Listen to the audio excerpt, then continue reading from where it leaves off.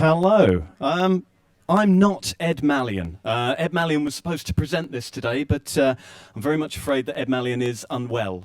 So I will be taking over hosting duties tonight. If at any point it seems like I have absolutely no idea what I'm doing, it is because I have absolutely no idea what I'm doing, and that's how it's going to come across. I will be referring to notes, which looks awful, like a best man who hasn't prepared, but bear with me, we're all going to get through this.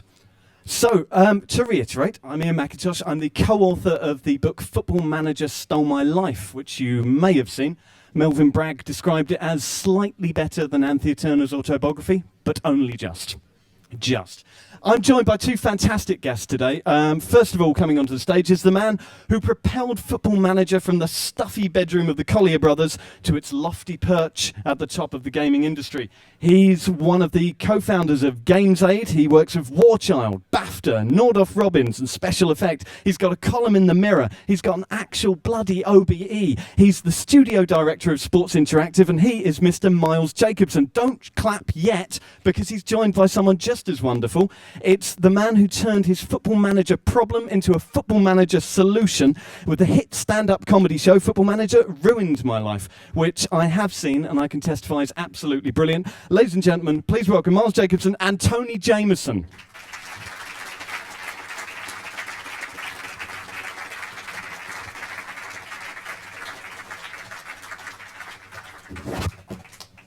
Hello. Hello. Thanks for joining me. Hello, everyone. Hello. And thanks to everyone else for joining me. I know the weather has been appalling, and it's also very difficult to log off Football Manager at any point. So thank you very much for coming. Tonight we are obviously going to talk about Football Manager. We're also going to talk about stand-up comedy.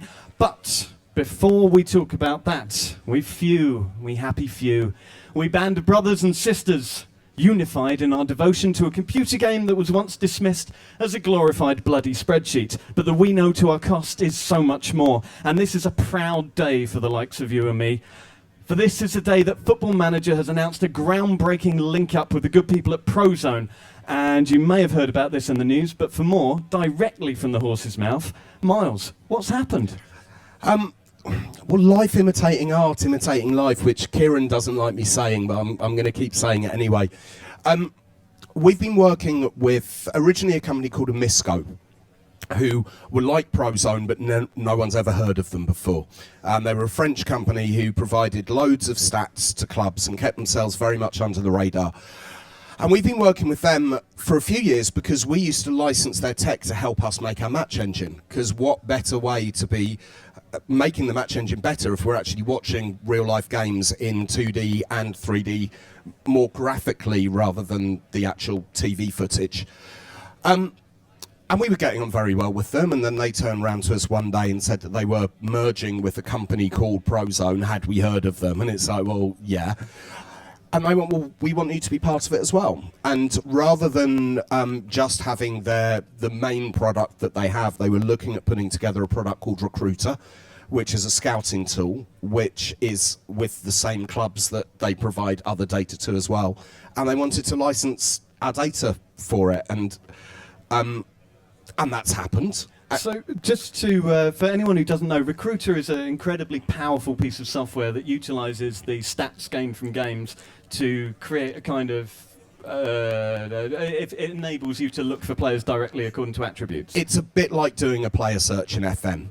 You go on there as a real life manager and you copy down Troy Deeney's stats and say, I want to find a player who's like Troy Deeney. Who doesn't? Yeah, exactly.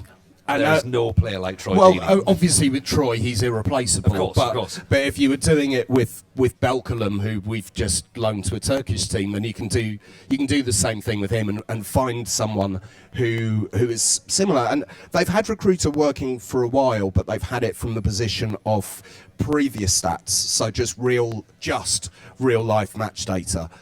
But with our systems as well, they've got a load more information because they're getting injury history, they're getting contract info, but also how we think the players are going to do in the future. And whereas our database is 500 at the moment, as of yesterday when I last checked, with 583,000 players and staff from around the world. That's the same that QPR had when they got relegated from the Premier League. That's true. with Recruiter, we've got 80,000 players, but they've also got video clips in there. So it's not just the agents sending video clips. Someone can go in and do that player search and end up with a video of the player, their stats from them, their stats from us, and then decide whether they're going to send a scout to go and see them or not. It's not like that sort of that archetypal YouTube compilation, is it? Where they make it look like quite decent. They've got some heavy dance track in the background, and then just ends with Jimmy Traore just falling over. And then I was asked this earlier. I did a few radio interviews today, and I was asked that earlier, and did point out that even though my quality is not really World Cup, it's not even good enough for Sunday League as a footballer, I'm sure someone could put a video together of me looking good. And then on the way back to the office from doing that interview, one of my mates who played with me for the Watford Internet supporters team went, "No, mate, there's no chance there would have been a video." So it isn't possible to make everyone look good at football in a video, but So most people, yes. The question that everyone's going to ask, particularly people who are a little dismissive of Football Manager, the bastards, is this going to replace scouting? Well, it's not going to replace scouting. It's just going to be another resource for scouts. You know, no manager should ever sign a footballer without having watched them first. I don't care if their chief scout has seen them. Spending £10 million on a footballer Alan Irving, where you we are looking at you. haven't watched them is, I find, a little bit strange. But yeah, at least send the head scout out to see them. So no one should be using the data and just deciding to buy them off that. No one should do a Bebe. Look what happened with him. Can we know who's using it? What kind of clubs are using this software? There are a lot of clubs in the Premier League and top European divisions, but Prozone keep that quite close to their chest of exactly who's using it. But a lot. It's quite scary, actually, how many people are using it. Is there anywhere we can see? Maybe a screenshot, perhaps? Maybe a screenshot. Here's one we prepared earlier. If you go to our Facebook page, because you're not going to be able to see this properly from here, but we do have some screenshots of what the Recruiter system looks like. Unfortunately, the logins are really expensive, like football club expensive. So I don't expect anyone here to be able to get a login. I still want one for myself anyway. But if you go to our Facebook page, you can at least see some screenshots of it. So you've been all over the media today talking about this. What's the reaction been in general? To me or to the product? To the idea. Everyone's been really positive. Which a few years ago we announced that we had a deal with Everton. And we went round the media at that time, and I did an interview for the World Service where the interviewer said to me, but you're just a bunch of kids, right? You've never played football before. You've never played football at a high level, and you've got all these people around the world who are also kids who haven't played football providing all this research. So why have Everton licensed your data? You know, it's stupid, right? Because you guys don't know anything about football. To which my response was, well, that's odd, because I used to listen to your commentary when I was growing up, and that's how I learned quite a lot about football, at which point he just said, touche. But I think nowadays things have changed, because so many people in the media have grown up playing the game, and yourself included. So I feel really old, actually, saying that. I'm not that old.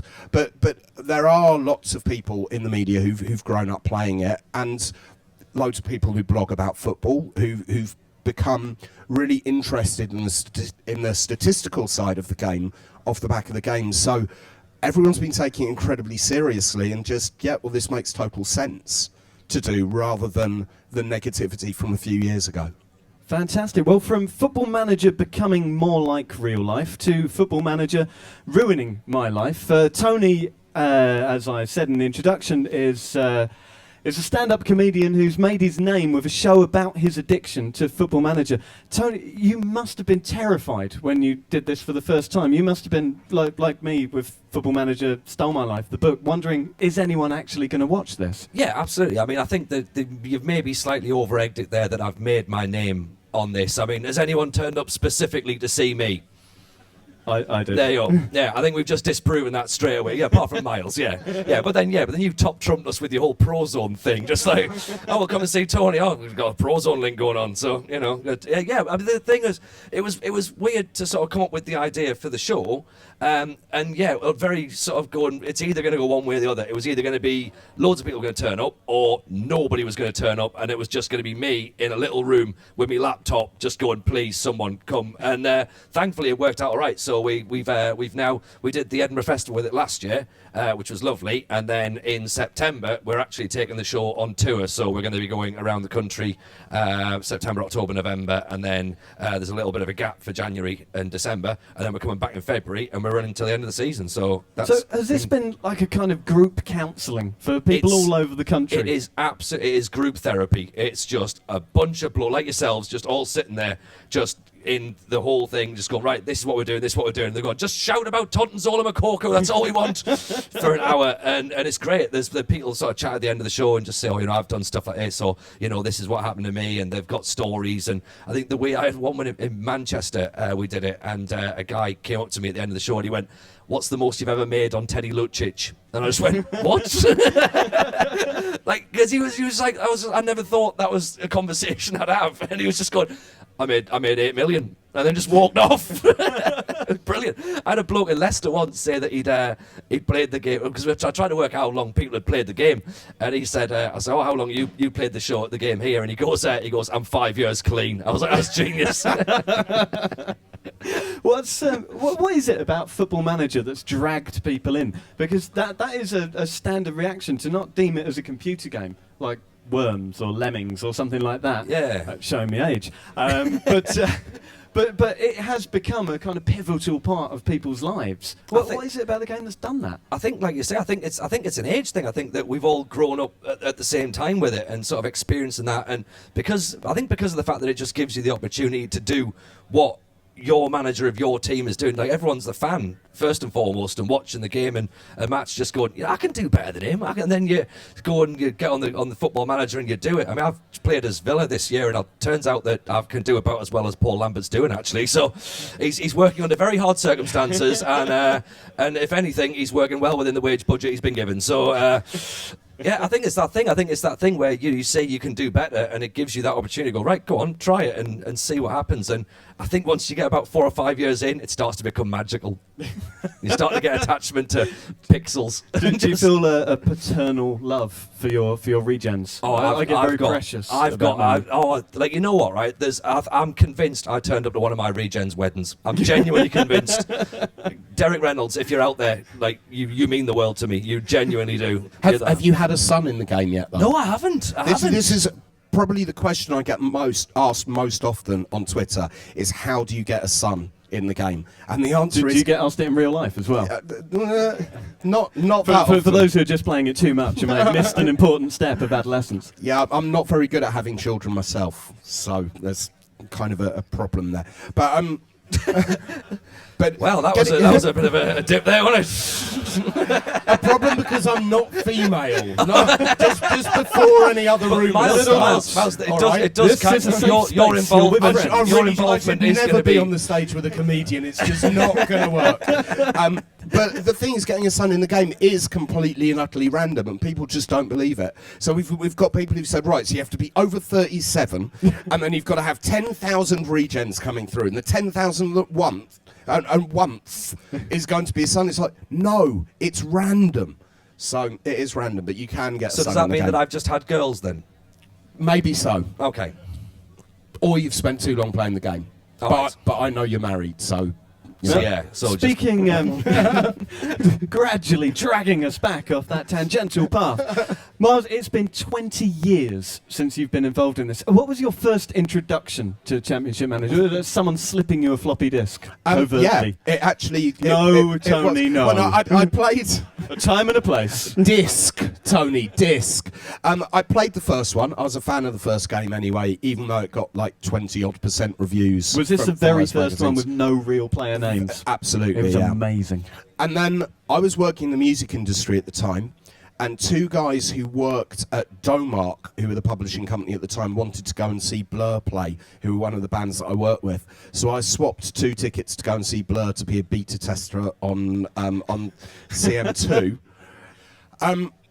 And I was sending faxes through because, you know, there were times before email. So I was sending faxes through to Oven Paul Collier with some suggestions, not knowing that it was genuinely 2 kids in their bedroom who when they got a fax through, were like, oh, this is a magical machine. What does this do? And they liked some of my ideas, and they moved down to London. I met them up for a drink, and we started working together and have now worked together for 20 years. Although, bizarrely, even though they started the company, I'm longer serving than they are, because they both went travelling for periods. Paul was in a band and was on tour for 18 months, and Ov went travelling around Australia for a bit. But Wooge, Mark Wooge, who's our head of research, he's been there longer than all of us. So I'm not the longest serving, but yeah, 20 years, it's crazy. When you got there, it must have been a bit of a blank slate with new ideas that you could bring in, things to get rid of, like perhaps the Clive Tildesley commentary. That was not down to me. Although Clive's a really nice bloke, He's it lovely. was still not down to me. That commentary, I don't know if anyone remembers it. It was on the second game, and it was essentially Tildesley saying, Liverpool 1, Manchester United 0. It was the most robotic, unlistenable thing. It got very dull very much quickly. like Clive Number Tildesley 9. anyway. My favourite was always, it was number 9, passes the ball to number 10, because we couldn't go through the whole database and do recordings, couldn't afford to do recordings, and that was only 4,000 players. Imagine what it's like now with What was the change you were 580,000. most proud of, your first big sweeping change that took the game on? Wow. The problem with asking me that question is I struggle to remember last week. So asking me about things from 20 years ago is What difficult. happened last week that was amazing, that has inadvertently made that first floppy disk game what it is today? What, that happened last week? Yeah, I had but we'll some just really nice pretend it was popcorn 20 years. last week. That's what it was. It's You had really tasty. You started off on the little floppy disk game, had some popcorn, and then 20 years later, here we are. The first 8 years I was part-time. So the first 8 years I didn't even know that I was helping make a game. I thought I was just doing some research. But we did find some faxes recently, because we've been doing some research for another little project that we've got that we're working on at the moment. I found some faxes. And some of the ideas on there were really good and some of the ideas were really bad. But I'm actually going to save those to be revealed for the next project, if that's okay, that we're working on. I can tell you of an idea that I came up with that didn't make it into the game, which we wanted to throw an Easter egg. We were looking for Easter eggs to put out there. And just in case anyone doesn't know, though, I suspect you all will, Easter eggs are hidden things in the game. Yeah, hidden things or things that happen rarely, like having a son in the game that then caused me loads of problems on Twitter. And a suggestion came up in one of the feature meetings from me, and I hadn't even been drinking at this point of the day, that longer term in the game, you know, we want a little bit of variation. So why don't we have it that incredibly randomly and really rare, aliens could land on the Earth and they could have 30 for pace rather than 20. That is amazing. Why can't can we get a patch for this? No. So I went through this idea in the meeting and then turned around and went, no, that's ridiculous. We're not putting that in there. So I do tend to veto my own crazy ideas. I think you're insane. That's a great idea. Do you still play the game? I do, yeah. I mean, I direct the game, so I have to. And if any of our producers are here, I think they've all gone home. My normal thing on a Monday is to sit down with the production team and go through everything that I don't like about the game, which they don't particularly enjoy going through, because they then have to go and give the programmers the bad news. I chicken out doing it directly now. I used to do it all direct, but we've kind of got Do ominous emails turn up that just say Miles doesn't like this? I don't know how they deal with it, but probably. Or there'll be a little bit of a screenshot and go, we need to fix this, Miles doesn't like it. But so at this time of year in particular, I mean, tonight is taking me away from playing the game for 8 hours, which is what I would normally do on I think all of us in this room are in that boat. On a Monday night when I get home. And yeah, this time of year I'm playing it constantly. And then on the day that the game comes out, I start a career game with Watford on the same day that everyone else starts a career game with their favourite team or the team they've decided to play with. Then I carry on playing that through till April or May time, and that's when I get the new build, the first build of the new game, and start playing on that. So I still play it a lot. I play FM handheld as well. I tend to play sim mode, not classic. Over the last couple of years, Ov Collier, who is one of the founders, he now directs Football Manager Classic. Mark Vaughan directs Football Manager Handheld. I exec produce those two. But yeah, I love it. If I didn't love it, I wouldn't be directing it. We'd find someone else to do it, because you can't, when you're working on something creatively, if you don't enjoy it, and if you can't try at least and get into the mind of your audience and what your audience are going to like. And we've got lots of people who play the game in different ways, so I have to try and think across the different ways that different people play it, to try and have it as a cohesive thing at the end. But I'm also really lucky in that I've got an amazing team. We've just gone over 100 people as of last week, which is phenomenal. Some of the team are here today as well, and just so lucky to get to do what we do for a living. It's great. The question I think everyone wants to know is, how far can this go? This is one of the longest running franchises, for want of a better word, of a game. It's probably been running just about as long as The Simpsons, and yet it hasn't gone shit like The Simpsons, which is a massive bonus. Well, that's good. How far can it go? Are there still more things you're looking sort of way ahead that you can do with new technology? So we're not deliberately, I made this clear on Twitter that we're not talking about FM15 today, because we've got a big announcement about that coming in October. But this year's game, last year we spoke about having over 1,000 new features. We've topped that and then some this year. We've got about 4,000 or 5,000 ideas that haven't made it into a game yet. So I've already done the basic framework, the basic jigsaw puzzle for FM16 is done, to the point that we might actually not have feature meetings this year. And we normally sit down for a month and go through all the new features that we want to add in. We might not do that this year, because then we get an extra month making the game. But we've easily got enough for 16, 17 and 18 with things that are good and have gone through the process that people in the studio all like. Because I don't decide everything that goes in the game. We sit down as a group and everyone is invited in the studio to those meetings to actually decide what goes in. And then as director, I put those jigsaw puzzle bits together. So much like a film would have a script writer and a cinematographer and then a director, we work in that same way. But we've got enough. We've got enough already for another 3 years, and there are probably about 1,200 ideas that we haven't even looked at yet. So there you go. None of us have to have real lives for at least 3 years, with a possibility of extending that to another 10. It would be nice. I mean, with the other stuff that we're doing as well, away from the game, with the Prozone deal today, a few other things that we've got coming up, we no longer see ourselves as a computer game company. We're a football company.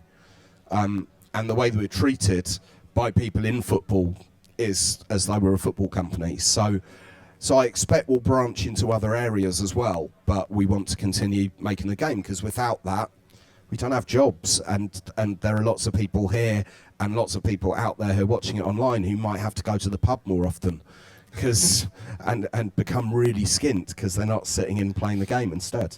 And this is a game, of course, which has been responsible for some horrendous bits of behaviour on the part, certainly me, definitely Tony, and I'd imagine a number of you. You may be wondering, for example, why I'm the only one wearing a suit. It's because I have a cup final later and I want to be ready and right. I did actually, just a couple of years ago, go the whole hog and put Abide With Me on Spotify.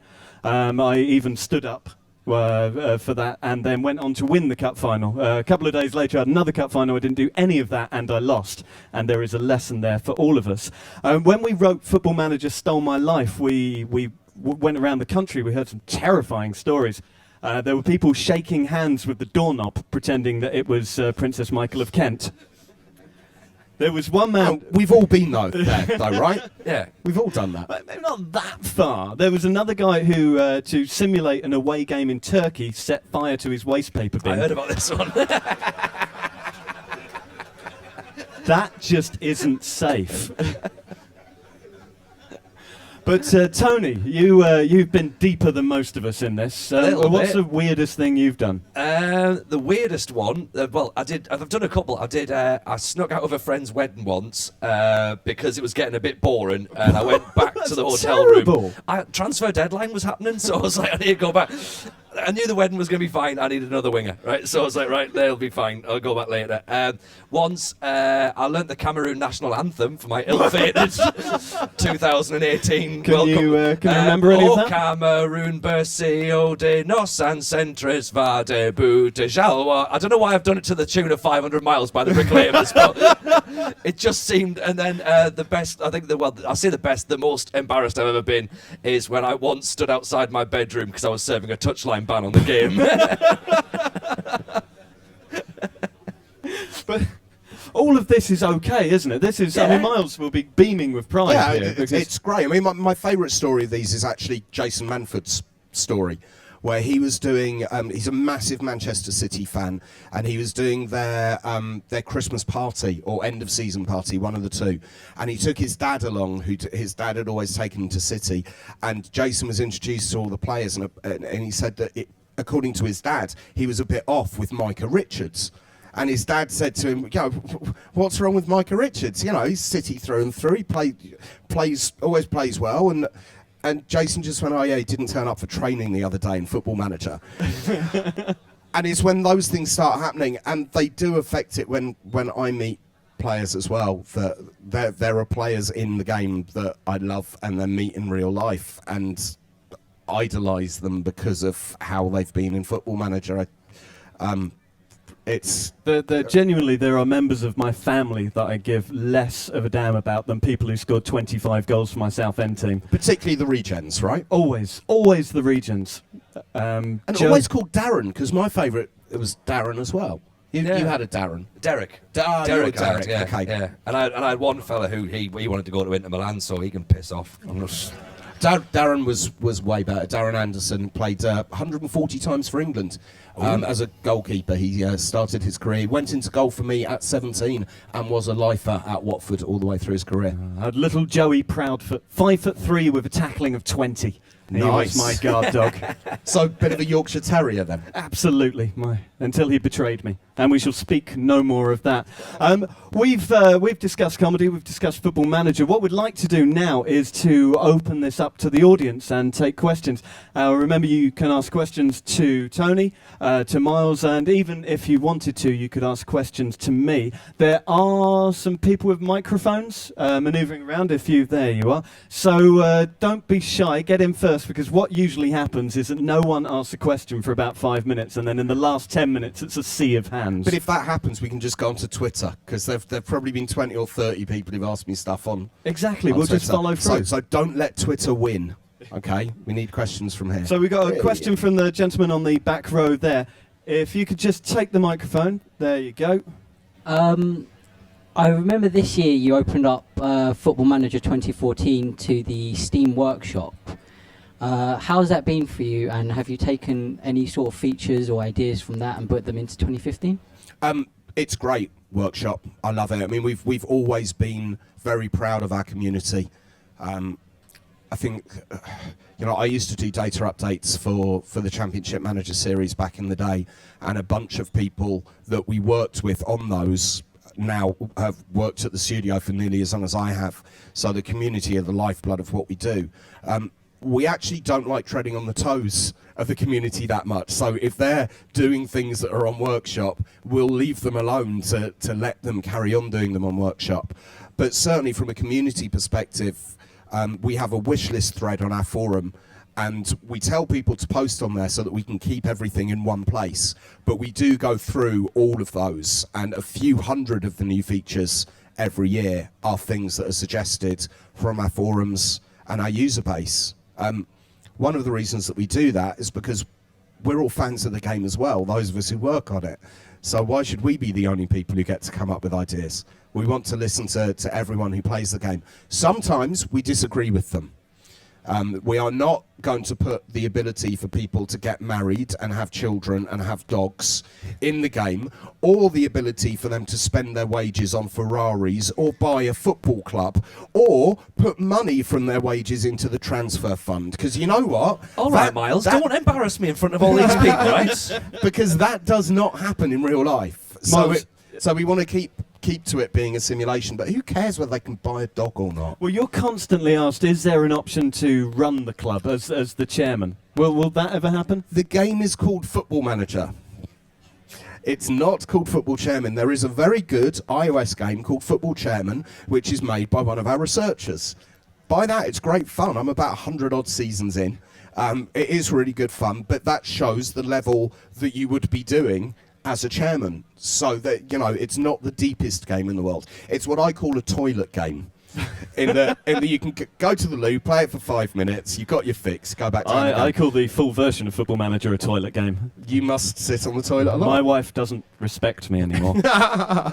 But so there are games out there that do that, but we want to concentrate on the management and the coaching angles. About a year ago, you had an April Fool. I was disgusted with the fact it was an April Fool, where you announced Football Manager 1888, complete with the original teams and players of the Football League, which I thought was amazing. Just imagine playing that for a couple of seasons, obviously dealing with Preston North End's dominance, and then more clubs coming in, the restructuring of the league, and you're there for the whole lot as real-life players develop. A teenage Dixie Dean emerges in your academy. Can you make that happen? No. Yeah, but the Any thing, more is, questions? the thing is though, what would have happened if he'd done that? Then there would have been sort of thing going, oh yeah, but what if world wars happen? And Miles would go, no, it's not realistic. We can't have world wars. I know, it would have been world wars were covered. Relic, our sister studio, they make games about world wars. Yeah, you could just play Civilization for a bit. We could have just had it so that when it comes to the First World War, you're then playing that campaign through in Company of Heroes, rather than playing Football Manager. But which is a really good game. But the problem with it is, one, you'd know who all the good players are, and two, From 1874. no, but 1888. But when you get to the 1950s, everyone's just going to be trying to sign a 16-year-old Pele, aren't they? Yes. Yeah. So, but yeah, it was a really good idea that people took far too seriously. But it was brilliant that the Football League retweeted it about a minute after we sent it out. And they had actually approved some of the screenshots, but the work that was done on it by the comms team in our place, they did it well. The screenshots with spiffing in there and various other football terms and general terms from the late 1800s. If anyone out there in the Games Workshop wants to put that together, I will publicise it more than the birth of my first child. So it will happen. There's a gentleman at the back there who's right in between the people with the microphones. There's one coming down from the right, so I will slowly and professionally fill until that microphone reaches him by saying, if you do want to ask a question while we're discussing the other one, wink flirtatiously at me or show a nipple. You, sir, you show a nipple. They look good. You, sir, at the back. Just a random question, really. Basically, with the Prozone now, would you ever consider putting into women's league into it in the section in future games? I've been asked this quite a few times before on Twitter, and very clear about it. We'd love to make a game that includes women's football, but at the moment it's just not commercially viable. It's not just about the data. You've also got to do all the player models. You've got to redo all the animations. The game is played differently. The financial model is slightly different. So what I've said on there, and I'm saying this on camera now, so I can't get away with anything. When there are 10 women's leagues around the world that have similar attendances to the championship, that's the time that it's commercially viable. That's the time we'll look to do it. But I watch women's football, and it's improving massively, so fast. So hopefully one day we can do it. But it needs to be commercially viable. Where the reality is that we're not a massive conglomerate of a company. We need to make profits for Sonic the Hedgehog, otherwise he gets upset. So, but at some point I hope we'll do it. Sir, in the front row. Basically, was there just a question about the history of Championship Manager, Football Manager, was there any point where you realised it was actually going to be as big as it is now, rather like a turning point, or like for Championship Manager 97, 98? You know, any kind of time like that? Or? So the way that we used to run the business was we had a team of people. We knew how much money we had coming in for the advances for the game that we made, and then we'd get royalties. And once we got those royalties, we'd hire more people because we knew we could definitely pay them. It wasn't exactly the most business-focused organisation in the world. So we've just got on with it. I mean, because me, of Paul, Wood, Duffy, Sven, Vorney, you know, the people who were there in the early days, Kev Turner as well, we've all grown up together. So there's never been a decision of this year we need to sell this many copies of the game. It's always, we're just going to make the best game that we can. Sega will sit there and go through budgets and say, this year we're going to sell this many copies, and it's like, fine, that's our target. But we never decided that it was going to be big. You know, Paul had his band. Ov went off travelling. I had another job. It was like being in a band that didn't go on tour for the first few years. And then as it got busier and busier, we realised we had to spend more and more time doing it. But if someone had asked us 8 years ago when we became part of Sega, if someone had said, you're going to have 100 members of staff and have, you know, 26 weeks, 24 weeks, 26 weeks at number one in the UK, whatever it was this year, we'd have just laughed and said, whatever. And it is, we keep on just making the best game we can possibly make, and we believe that the success will keep happening if we do that. So there's no big plan to be the biggest company in the world. We just want to make games. I want to make games that I enjoy. So I don't know about the rest of the team, but I think it's the same for all of us. We just want to make games that we enjoy. And there are loads of people out there who enjoy them as well. That's awesome. The gentleman in the centre. Hi guys. When you're playing Football Manager, everyone always talks about the happy memories, the times, those regens who really make your career. But I'm also thinking about the times when you just sink into utter despondency, such as when my Wolfsburg team 1-0 up, Europa League final, Javier Pastore from Palermo, 2 goals. Just broke my heart. Broke my heart because I've been building that team for ages. I was wondering, what is the moment in the game that has most shattered your tiny little hearts? We're here for you, friend. Tony, this one to you. 2037 it was. Mine's 2032, so we're on the same 2037. I was flying. I was absolutely flying. Blythe Spartans were my team. They were incredible. Europe. We were up in the higher echelons of the Premier League. Things were going well. We're about to get that first illustrious Champions League spot, and it was all looking fine and brilliant. It's tailed off slightly. The squad wasn't really big enough, to be honest. I couldn't really invest much more in January, and then so we did start to tail off a little bit. Injuries happened. Derek Reynolds, he was just coming in as a little 15-year-old in the thing. I'm going, oh, he's going to be brilliant, right? He's not ready to blood in just yet, and we had 3 games to do it, to be honest, to get into that top 4 spot. And we played, because of the way the fixtures had backed up, I had Liverpool twice and Everton sandwiched between them, and basically I lost all 3 games.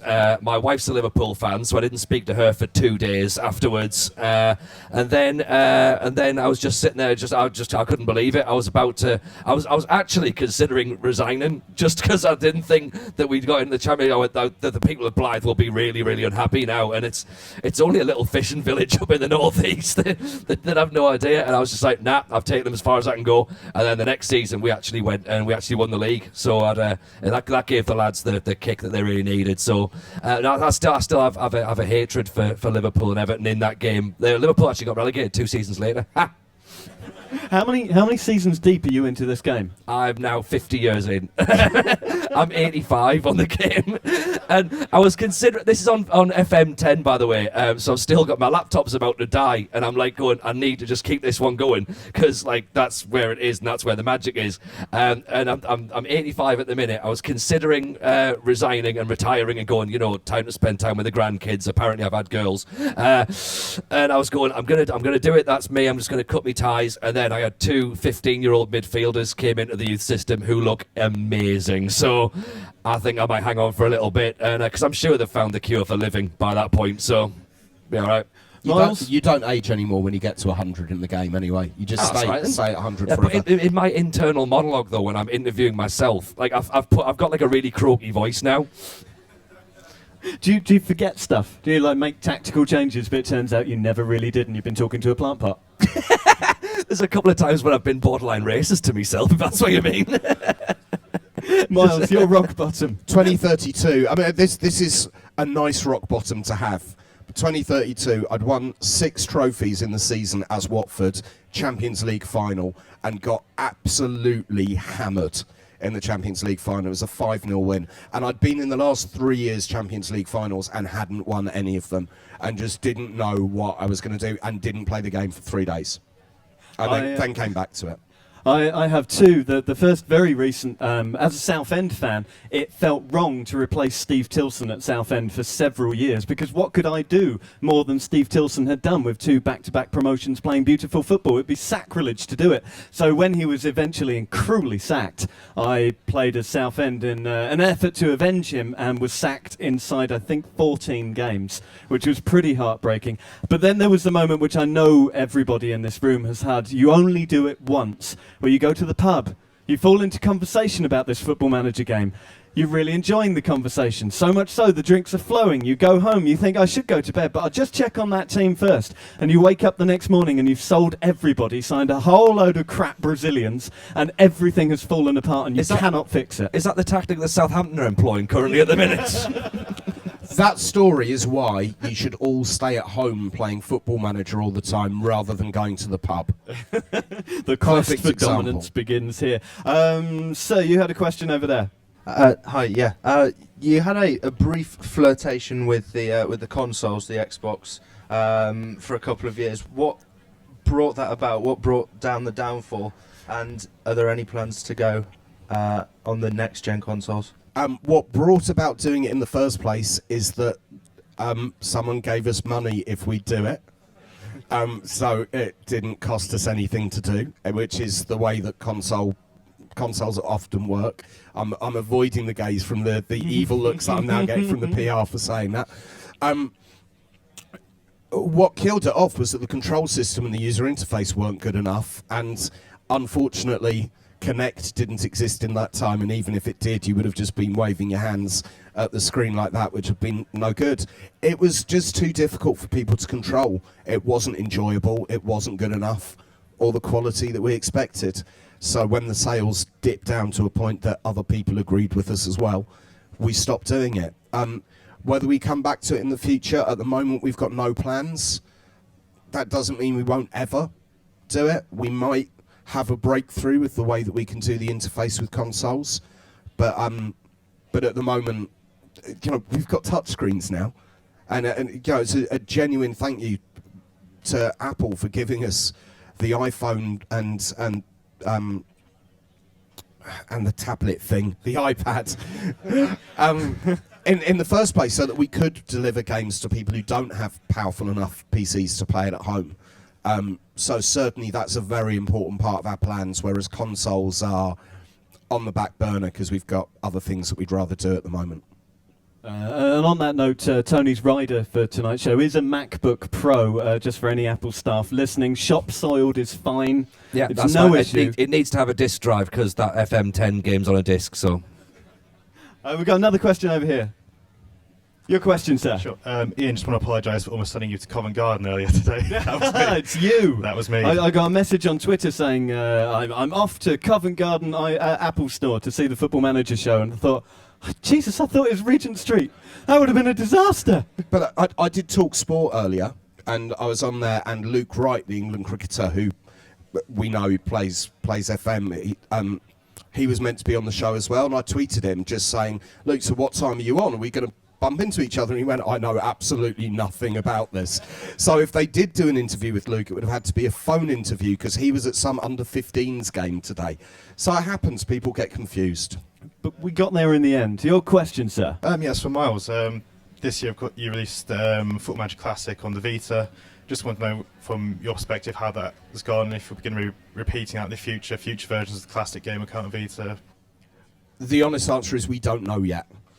We haven't reached the threshold that we need to do another one at the moment. It's still ticking on. If it gets a boost in the next month or so, then maybe. But it's not looking likely at the moment, unfortunately. But we'd love to do another one, but we need people to buy it. Otherwise, we can't afford to do it. So that's where we're at on that. We've got another question. It's coming from the back of the audience, with the young gentleman there. I believe the microphone is working its way. That's the stuff. Yes, sir. Is there a chance of Premier League licensing coming in the near future? Electronic Arts signed a new deal with the Premier League last week for 5 years, so not for the next 5 years. We knew nothing about the negotiation going on, so yeah, unfortunately not at this stage. I don't want to see their smiling faces on my screen anyway. Whereas I do. Do you? I'd love to have a license, yeah. They're also shiny. I was Real Madrid very briefly, and I didn't like Ronaldo's shiny face. Well, we'll just send out all the local newspapers to take the photos rather than taking them direct from the FA. There's Or the Premier another League. voice from the crowd there. You, sir. Miles, you don't employ designers at your studio. I wanted to know, what are the reasons for that, and how do you do design? What are the advantages of not having designers? Everyone who works in our studio is a designer, whether that be the office manager through the marketing team, the PR team. We all play the game. We all want to design features. So that's why we've gone for the model that is the director, game director, rather than designer. So I will look through all the ideas that have passed through the feature meetings and make a decision on what works well together, put that jigsaw puzzle together, and that becomes the game. There are some amazing game designers out there, so I'm not dismissing any of their work at all. There are some phenomenal visionaries out there. In our case, we have 100 people who play the game and all want to have their input, and we love that. And it was just a decision that we made in the very, very, very early days, with Ov and Paul both being programmers, me being more on the business side, but all of us got involved on the design.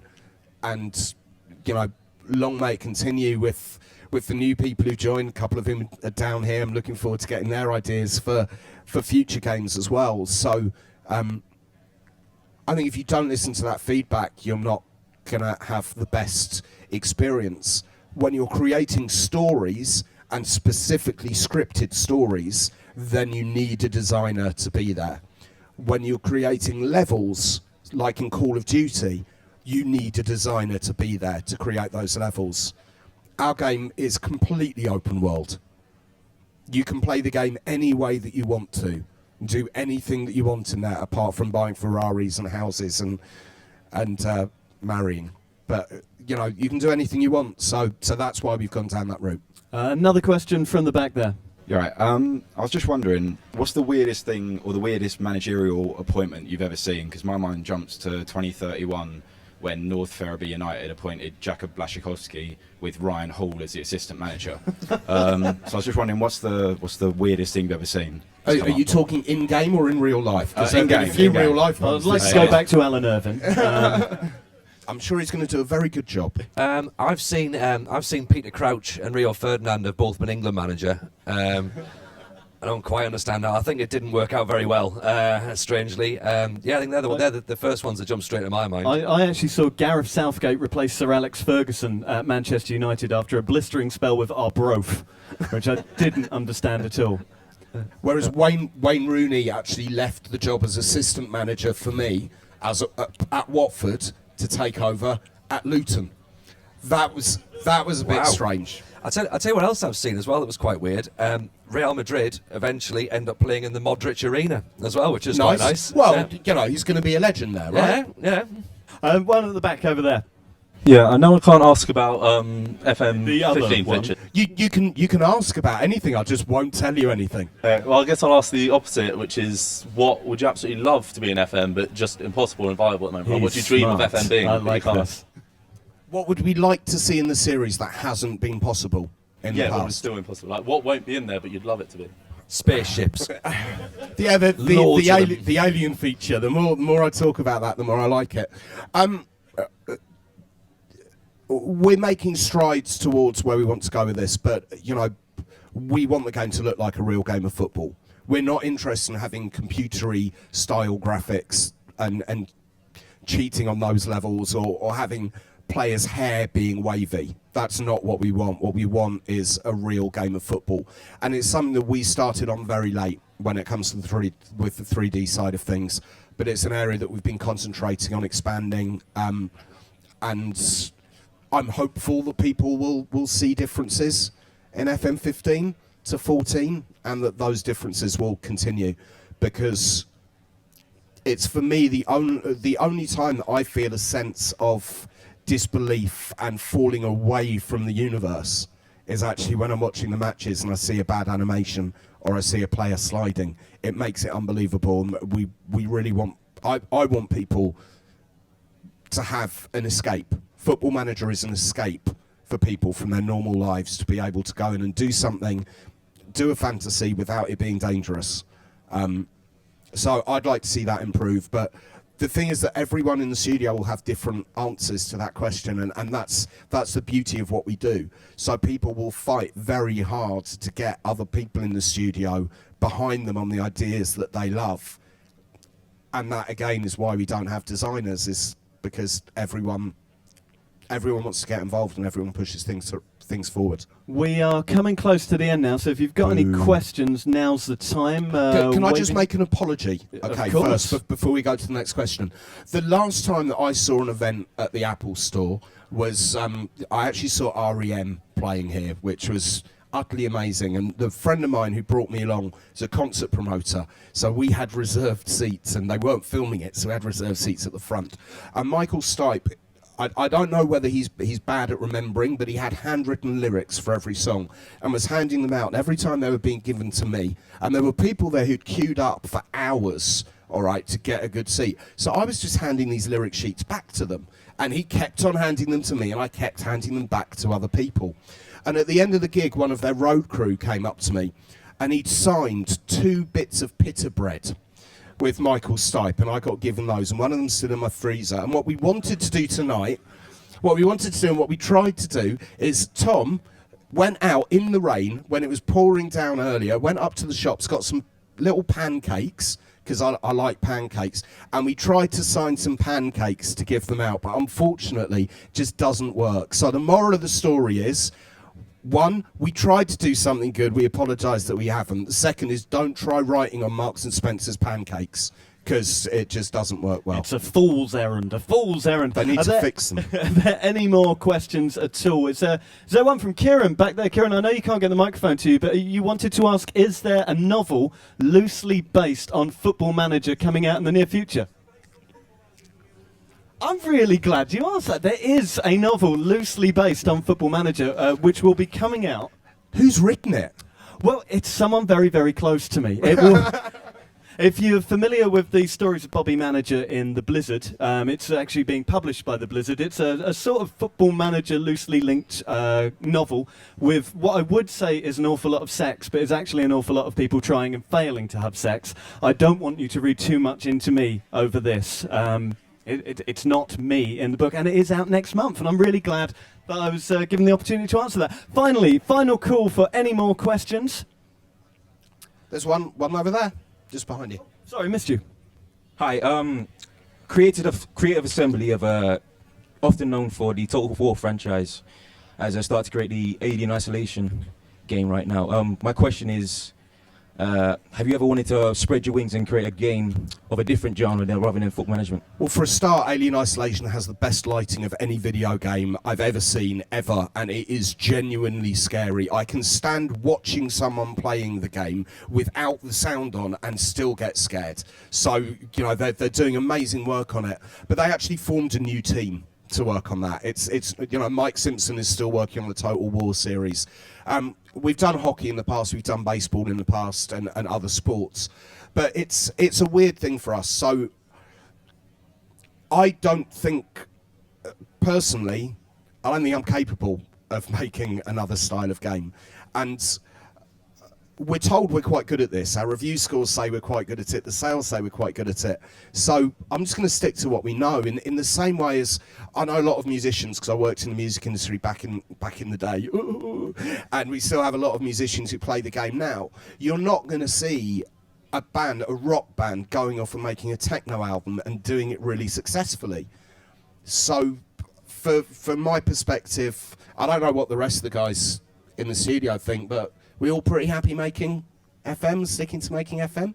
Tippo wants to make a racing game, but we can't get those licenses. So, well, whichever sorry, game Simon, you make, do I have to adjust my routine for it as well? Yeah, you're going to do Peppa Pig. Ruined my life. Brilliant. Okay, that's cool.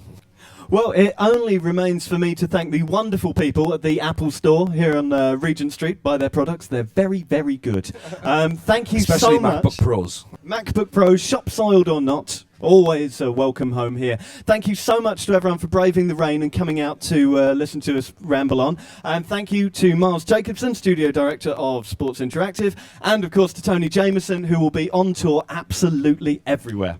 And thank you to everyone who turned up tonight. It really does mean a lot that this amount of people came out on a Monday night in the pouring down rain just to come and hear us talk. Really does mean a lot.